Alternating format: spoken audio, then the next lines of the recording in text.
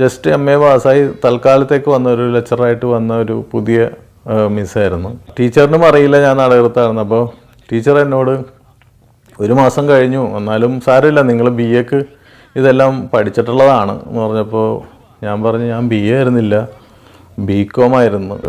പിന്നെ BCom പഠിച്ചുകൊണ്ടിരിക്കുമ്പോഴാണ് എനിക്ക് സാഹിത്യത്തിനോട് ഇത്തിരി താല്പര്യം തോന്നിയത്.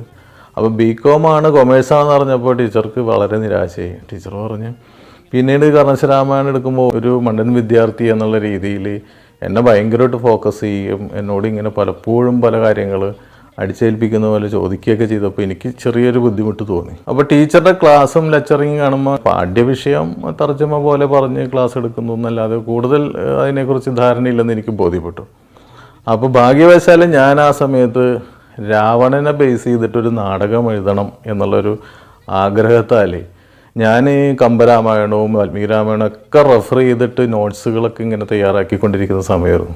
അപ്പോൾ ഞാൻ ചോദിച്ചു ടീച്ചർ യുഗങ്ങൾ എത്രയുണ്ടെന്ന് ചോദിച്ചപ്പോൾ ടീച്ചർ പറഞ്ഞു 4 യുഗങ്ങൾ. ഞാൻ പറഞ്ഞു ശരിയാണ് 4 യുഗങ്ങൾ, പക്ഷേ കൃതയുഗം എത്ര വർഷമുണ്ട് ടീച്ചറെ പറഞ്ഞു. അപ്പോൾ ടീച്ചർ പറഞ്ഞു അയ്യോ അത് ഞാൻ വേണമെങ്കിൽ റെഫർ ചെയ്തിട്ട് പറയാം കേട്ടോ, എനിക്ക് കറക്റ്റായിട്ട് അറിയില്ല, ഞാൻ റെഫർ ചെയ്തിട്ട് നാളെ പറയാമെന്ന് പറഞ്ഞു. ഞാൻ പറഞ്ഞു വേണ്ട, കൃതയുഗം എന്ന് പറഞ്ഞാൽ 4700 ദേവവർഷമാണ്, അതായത് 17,28,000 ചില്ലാനം മനുഷ്യവർഷം ഏകദേശം വരും. പിന്നെ ത്രേതായുഗം, ദ്വാപരയുഗം, കലിയുഗം, ഇതും എല്ലാം ഞാനിങ്ങനെ ഓരോ കണക്കുകൾ പറഞ്ഞു. അതുകൊണ്ട് ടീച്ചർ മനസ്സിലാവുന്നുണ്ടോ എന്ന് ചോദിക്കേണ്ട, അത്യാവശ്യം ഇതിൻ്റെ കാര്യങ്ങളൊക്കെ എനിക്കറിയാം. അപ്പോൾ അതിനിടയിൽ ഒരു വിദ്യാർത്ഥി പറഞ്ഞു ടീച്ചറെ പുള്ളി വലിയ നാടകത്തൊക്കെയാണ്, ഇന്ന ആളാണ് ബെന്നി പി നായരമ്പലം എന്ന് പറഞ്ഞു. അപ്പോൾ ടീച്ചർ അത്ഭുതത്തോടെ എന്നെ നോക്കിയിട്ട് പറഞ്ഞു അയ്യോ ബെന്നിയുടെ നാടകങ്ങൾ ഞാൻ കണ്ടിട്ടുണ്ട്, തൃപ്പൂണിത്തുറ സൂര്യ ഓഡിറ്റോറിയത്തിൽ സീമ ഓഡിറ്റോറിയത്തിൽ ബെന്നിയുടെ നാടകം ഞാൻ കണ്ടിട്ടുണ്ട്, സൂര്യ നമസ്കാരം എന്ന് പറയുന്ന നാടകം ഞാൻ കണ്ടിട്ടുണ്ട് എന്ന് പറഞ്ഞു. അപ്പോൾ എനിക്കും അയ്യോ ടീച്ചറെ വിഷമിപ്പിച്ചത് വെറുതെ ആയല്ലോ, ബുദ്ധിമുട്ടായല്ലോ എന്ന് ഞാനും കരുതി. പിറ്റേ ദിവസം വന്നപ്പോൾ ടീച്ചർ പറഞ്ഞു ബ്രദർ വളരെ അടുത്ത് ബെന്നിനെ അറിയുമെന്നാണ് പറയുന്നത്, ബെന്നിനോട് സംസാരിച്ചിട്ടുണ്ടെന്ന് പറഞ്ഞു.